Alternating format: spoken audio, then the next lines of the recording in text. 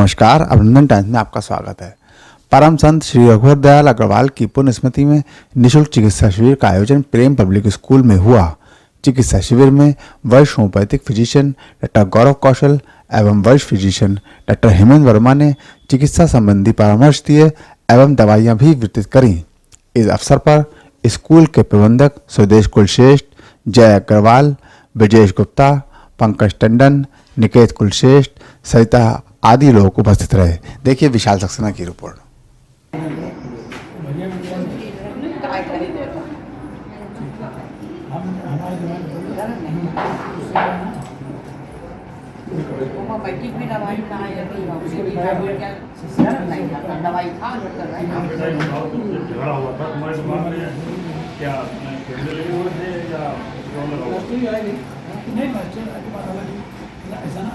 साल में 10-5 बार जुड़े रहेंगे कोई 10 महीने 16 रुपये शाम पीजिए, ठीक है। आपके तो सत्संग और बाकी दवाई अंदर सुना दी है इससे शुगर हाँ इससे सरकार ने चलाओ या बोले का क्या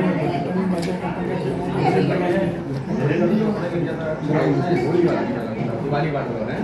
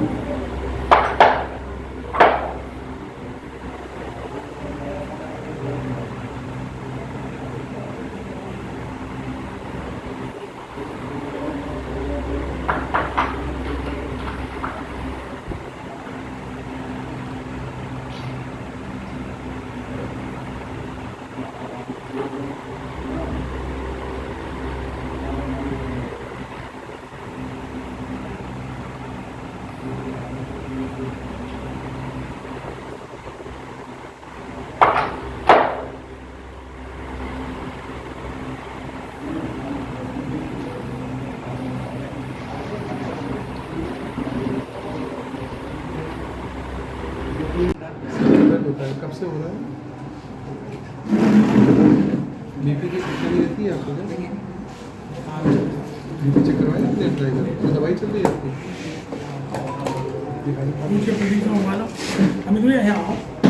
अरे यहाँ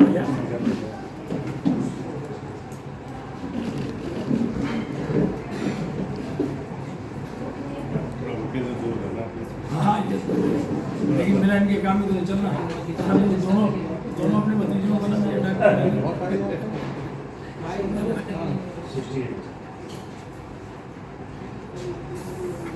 आपको दवाई नहीं करेंगे? आज नहीं करेंगे क्या? कितने बजे खाते हैं? 200/120 बहुत खाइए बीपी। छाती में दर्द थोड़ा स्वाभाविक है। आप जो भी गोली खा रहे हैं वो तो खाइए, बाकी मैं एक दवाई दे रहा हूँ, 6 दिन में आराम मिल जाएगा। ठीक है? बीपी बहुत ज़्यादा है और खाने में नमक हल्का करिए। सिर में क्या नाम है आपका? आइए, परेशानी बढ़ सकती है। बाकी बीपी गोली पहले खिलाइएगा, मैं बाकी दवाई दे रहा हूँ। 4 लोग आते हैं, 4 लोग खड़े होते हैं। चक्कर भी आ रहे हैं?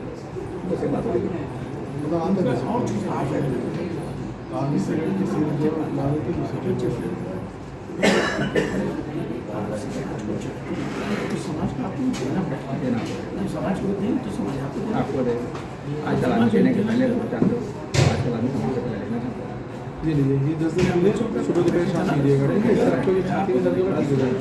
बाकी दवाई दी होगी और जाते बीपी गोली खिलाई। बीपी गोली एक दिन नहीं छोड़िए, वो छोड़नी ही नहीं है। ये ड्रॉप के लिए इससे छाती में दर्द हो रहा है और हार्ट की भी दिक्कत होगी, धीरे प्रॉब्लम इसको पीते नहीं, लेकिन उसकी वजह से वो दवाई नहीं पीते।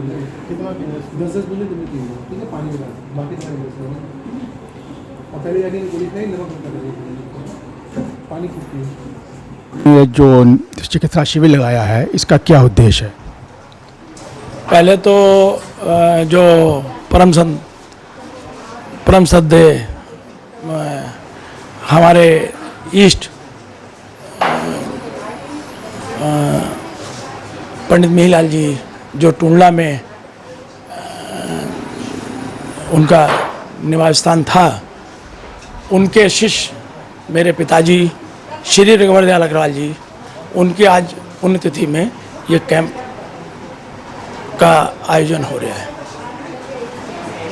उनका सेवा में पापा जी ने जीवन पर्यंत ये मुझे सिखाया कि सेवा जो है वो एक ऐसा जीवन के लिए आधार है कि जैसे कि आप किसी बच्चे को जो प्यार करते हैं तो उससे क्या आपको मिलता है वो सिर्फ आत्मा ही अनुभव कर सकती है। इसी प्रकार जब आप समाज की सेवा करते हैं तो जो आपके शरीर को ऊर्जा या आपकी आयु को, सेवा एक ऐसा चीज़ है जो निस्वार्थ हो तो उसका आपके जीवन में, लोग कहते हैं दवाइयाँ जो हैं वो बहुत कारगर हैं। मैं कहता हूँ कि यदि समाज की सेवा आप करते हैं तो वो सबसे बड़ी दवाई है, क्योंकि जो उससे आपको पॉजिटिव ऊर्जा मिलती है वो कोई भी दवाई का काम वो नहीं कर सकती। पिताजी ने जीवन पर्यंत मुझे सेवा का महत्व बताया और उसी उद्देश्य को ध्यान में रखते हुए आज शिविर का आयोजन करने का प्रयास कर रहा हूँ। ये जो आप सेवा करते हैं ये सिर्फ शिविर के, स्वास्थ्य शिविर के माध्यम से करते हैं या और भी कोई शिविर समय समय पर जो है उसका ऑर्गेनाइज करते हैं? पिताजी ने अपने जीवन में जो गरीब कन्याएं हैं उनकी मदद अप्रत्यक्ष रूप से करने की कोशिश करी है। आज समाज में क्या हो रहा है कि यदि हम कोई सेवा करते हैं तो उसको हम बताने की कृपा करते हैं, बताते हैं समाज में। और हमारे पिताजी ने जीवन में ये सिखाया कि यदि आप कोई सेवा कर रहे हैं तो वो किसी को, आपको भी नहीं पता होना चाहिए कि आप किसी की सेवा कर रहे हैं। यदि वो कोई आदमी आए दोबारा कि साहब आपने कोई सेवा करी थी तब, तो आपको भी यदि उसका याद नहीं है तो आपकी वाकई में सेवा है वो। ये बहुत अच्छी बात कही आपने कि जो सेवा करो वो किसी को बताना नहीं चाहिए, लेकिन कहते हैं हर सिक्के के दो पहलू होते हैं। कभी कभी लोग इसलिए भी बताते हैं कि ताकि समाज में और लोग जो हैं वो प्रेरणा ले सकें। ऐसा साहब, उन्होंने इस विषय में, मैंने उनसे ये क्वेश्चन करा जो आप मुझसे आज कर रहे हैं, तो उनका ये कहना था कि हम तो ईश्वर के बंदे हैं। जब ईश्वर इतनी बड़ी शक्ति है, जब वो नहीं बताता है तो हम उसके बंदे जो हैं, जो कबीरदास जी ने कही थी, तासे नीचे नयन लोग भरम हम पर करें। तो ये तो ठीक बात है आपकी कि यदि नहीं बताएंगे तो समाज में क्या संदेश जाएगा। तो जो भी कुछ सेवा कर रहा है वो ईश्वर कर रहा है, मनुष्य कुछ नहीं कर सकता है। यदि मान लीजिएगा कोई ये सोच रहा है कि यदि हम सेवा कर रहे हैं तो ये उसका भ्रम है। हम तो उसके माइक हैं, वो तो बोलने वाला तो वही है। ये ठीक बात है, जो भी करता है वो ईश्वर करता है। हमें अपने मुंह से सेवा करके नहीं बताना चाहिए, चीज़ें अपने आप कहते हैं खुद ब खुद जो है, अच्छा काम जो है वो खुद ब खुद पता चल जाता है। ये बहुत अच्छी बात कही, थैंक यू सर, अभिनंदन टाइम से बात करनी। शहर के वरिष्ठ डॉक्टर गौरव कौशल जी हमारे साथ हैं। डॉक्टर साहब, ये जो आज कैंप लगा है, समय समय पर ऐसे कैंप जो हैं आपको क्या लगता है कितने महत्वपूर्ण होते हैं? देखिए, कैंप हमेशा से महत्वपूर्ण रहे हैं। कैंप से एक तो अवेयरनेस फैलती है। जैसे अभी एक पेशेंट आपके सामने आए, उनका ब्लड प्रेशर, उन्हें भी नहीं पता था उनको छाती में दर्द ब्लड प्रेशर की वजह से हो रहा है। और हाइपरटेंशन की दवाइयाँ जब पेशेंट सोचता है कि ये छोड़ देते हैं, देखते हैं, ऐसे में नुकसान भी होता है। तो जब बीपी एकदम से हाई होता है, उसकी वजह से छाती में अगर दर्द हो, ऐसे में अटैक की समस्या भी हो सकती है। तो ऐसे कैंप जब होते हैं तो उससे ये फ़ायदा होता है कि पेशेंट को पता चलता है कि हम कहाँ पे स्टैंड करते हैं। और कई बार ऐसा होता है कि शुगर, जैसे कई पेशेंट को लगता ही नहीं है कि हमें शुगर भी है, तो जो सिम्टम्स जब आते हैं और वो कैंप में बताते हैं तो हम लोग उन्हें बताते हैं चेक करिए। तो इससे एक अवेयरनेस फैलती है और वो फिर चेकअप करने के बाद अपने स्वास्थ्य का ध्यान दे पाते हैं। डॉक्टर साहब, एक क्वेश्चन है, पूछने में अच्छा नहीं लगता है, लेकिन हम चूँकि उसमें जाते हैं, कवर करते हैं, तो तमाम लोगों से बातचीत होती है। इन शिविर के लिए भी लोगों की, अधिकांश लोगों की ऐसी धारणाएं होती हैं, ऐसी धारणाएं बन चुकी हैं कि ये जो शिविर लगते हैं इसमें एक आम आदमी का बहुत ज़्यादा फ़ायदा होता नहीं है। इसमें डॉक्टर अपनी पब्लिसिटी के लिए कैंप जो हैं वो लगते हैं। इस पर आपकी क्या प्रतिक्रिया? बिल्कुल सर, हर शिविर जो है तो डॉक्टर अपनी पब्लिसिटी के लिए लगाता है, ठीक है, इसमें कोई गलत नहीं है और इसमें इसको मैं गलत नहीं मानता। पब्लिसिटी के साथ साथ अब ये पेशेंट के ऊपर है कि वो कितना फ़ायदा ले सकता है।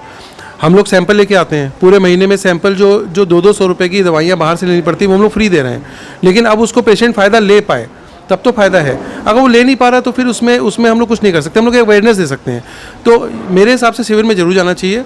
हाँ, उससे अगर डॉक्टर की पब्लिसिटी हो रही है तो पेशेंट का भी फ़ायदा हो रहा है, ठीक है। और अगर पेशेंट को फ़ायदा होगा उस कैंप के थ्रू तो वो आगे उस डॉक्टर से भी मिलेगा, और अगर डॉक्टर से नहीं भी मिलेगा तो कम से कम उसको इतना पता चल जाएगा कि हमें क्या करना है आगे। तो डॉक्टर का फ़ायदा है तो पेशेंट का भी, लेकिन पेशेंट फ़ायदा ले पाए ये उसके ऊपर है। डिपेंड पेशेंट के ऊपर करता है। बिल्कुल बिल्कुल पेशेंट के ऊपर डिपेंड करता है। थैंक यू सर, अभी रहना टाइम से बात करने की।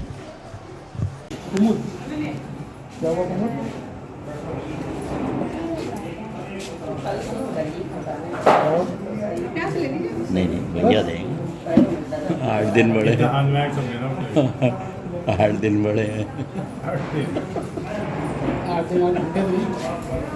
बड़ा बनाया आदमी कहता हम बड़े हैं। नहीं हम छोटे।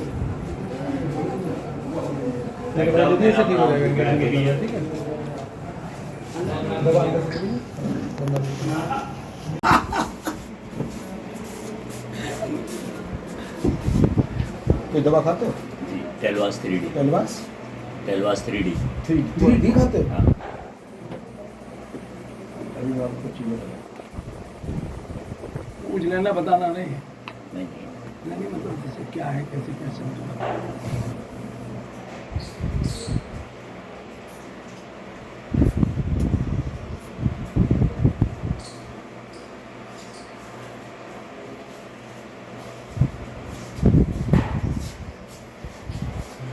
जो है कोई सत्संग छुपे रहते हैं। ज़्यादा से नहीं, घर पे करा वो पूजा।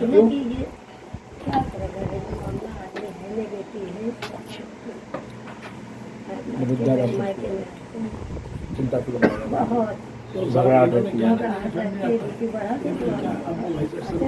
ऐसे एक बात है, डॉक्टर साहब सही कहते हैं। परेशानी क्या है? जैसे मेडिकल लाइन में क्या है कि स्टोर, और फिर मिलने वाले फिर व्हाट्सअप, गूगल, ये सब आदमी मेडिसिन से लेता है, और फैमिली डॉक्टर होना चाहिए। ऐसे फैमिली अधिवक्ता भी होना चाहिए। वो तो सब पैसा होना चाहिए। अब नहीं, वहाँ वरिष्ठ आप इसको छोड़ दिए, फैमिली नाई होना चाहिए। जो नाई है हमारा सुनिए, अखलाक टेलर है, मुसलमान जी। टेलर भाई साहब समझे हमने शादी करी तो उसने कहा आप जब लेकिन आज सबसे बड़ी समस्या क्या है डॉक्टर साहब, कि पहले जैसे लोग गुरु करते हैं, पर ऐसे लोगों को गुरु विश्वासी तो मिले, तब फिर विश्वास बने, तब वो 100% खेत करेगा। तो ऐसे ही नहीं है, लेकिन तो मैं रोज रात में खाना सबसे बड़ी बात, पहले वो खड़ा उतरे बताओ क्या सही बात है। डॉक्टर साहब का है भैया वो। आज हमारे साथ शहर के वरिष्ठ डॉक्टर हेमेंद्र वर्मा जी हैं। डॉक्टर साहब, ये बताइए, जो कैंप लगते हैं, चिकित्सा शिविर लगते हैं, इसमें पेशेंट को क्यों आना चाहिए? अमूमन ये धारणा होती है कि एक दिन का कैंप है, अब दिखाने जा रहे हैं डॉक्टर साहब को, डॉक्टर साहब दवा दे देंगे और नेक्स्ट वीक में जो है कहेंगे क्लिनिक पे आ जाना, कुछ नहीं भी होगा तो भी बता देंगे। तो क्या आपको लगता है कि क्यों आना चाहिए? बहुत अच्छा सवाल आपका है। पहली बात तो ये, जो भी कैंप लगना चाहिए उसका फॉलोअप कैंप जरूर लगना चाहिए, कि अगर हमने मरीज़ को 3 दिन की दवा दी तो 3 दिन बाद उसका रिस्पांस क्या मिला है, उस कैंप में ही उस डॉक्टर को जाके बताना चाहिए, ना कि अपने प्रतिष्ठान पे उसको बुला के बताना चाहिए। दूसरा ये कि जो डॉक्टर आपके कैंप में आ रहे हैं, जिनकी फ़ीस मरीज अफोर्ड नहीं कर पा रहा है, और कोई भी चैरिटेबल उसको कैंप को ऑर्गेनाइज कर रहा है, तो कम से कम उसकी वहाँ पर फ़ीस नहीं पड़ रही है, उसकी स्क्रीनिंग तो प्रॉपर हो ही रही है। तो इसलिए इन कैंपों में आना चाहिए। दूसरा, कैंपों में आने से डॉक्टर का भाव भी ये होना चाहिए कि हम जो है किसी की सेवा करने जा रहे हैं, ना कि हम अपने प्रतिष्ठान का जो है प्रचार प्रसार करने जा रहे हैं। ये भी भाव डॉक्टरों में नहीं होना चाहिए। या तो वो चैरिटी जहाँ शब्द लिखा हुआ है तो वो सब कुछ उसी कैंप में देख के चलाना चाहिए, जो भी मरीज को दे सकता है। और अगर अपनी उसके पास हिम्मत है, कोई मरीज़ अगर गरीब है तो उसको कोशिश ये करना चाहिए, उसकी मेडिसिन, उसकी जाँचों में भी जो वो कर सकता है चिकित्सक, और जो कैंप लगवा रहा है उसको ये करना चाहिए। तो ये तो इसलिए जो है कैंप इसलिए ज़रूरी है कि आपका पास पेशेंट आपके पास आने में हिचकता है कि अब वहाँ नहीं जाएंगे, उनकी फ़ीस बहुत है या हमारा टाइम बहुत है। तो जहाँ पे शब्द लग जाता है निःशुल्क, तो वहाँ आदमी कम से कम परामर्श ले लेता है। और चिकित्सक का काम ये नहीं होता है कि रोगी का इलाज करे, चिकित्सक का काम ये भी होता है कि स्वस्थ आदमी को स्वस्थ रखे, इसकी भी राय देना चाहिए उसको। तो स्वस्थ आदमी स्वस्थ रहेगा तो रोग तो अपने आप ही खत्म हो जाएंगे। तो पहला काम ये होना चाहिए स्वस्थ आदमी स्वस्थ रहे और रोगी को सही सलाह मिले, इसलिए ये कैंप होना चाहिए। और दूर दराज से बहुत से लोग नहीं आ पाते हैं, वो सुविधा नहीं ले पाते हैं, इसलिए मल्टी सिटी कैंप्स जो लगते हैं उनका तो ये भाव रहता है कि भाई हमारे यहाँ क्या क्या सुविधाएं हैं वो आके आप देख लीजिए। लेकिन जो अपने शहर के चिकित्सक हैं या जो पुराने चिकित्सक हैं जो अपने सेवा भाव से आते हैं उनको ज़रूर बुलाना चाहिए कैंप में, कोई भी हो, हर पैथी के आदमी को बुलाना चाहिए और जितना लाभ दे सकते हैं वो लाभ देना चाहिए रोगी को on the spot. Thank you doctor साहब, अभिनंदन टाइम से बात करने के लिए। डॉक्टर साहब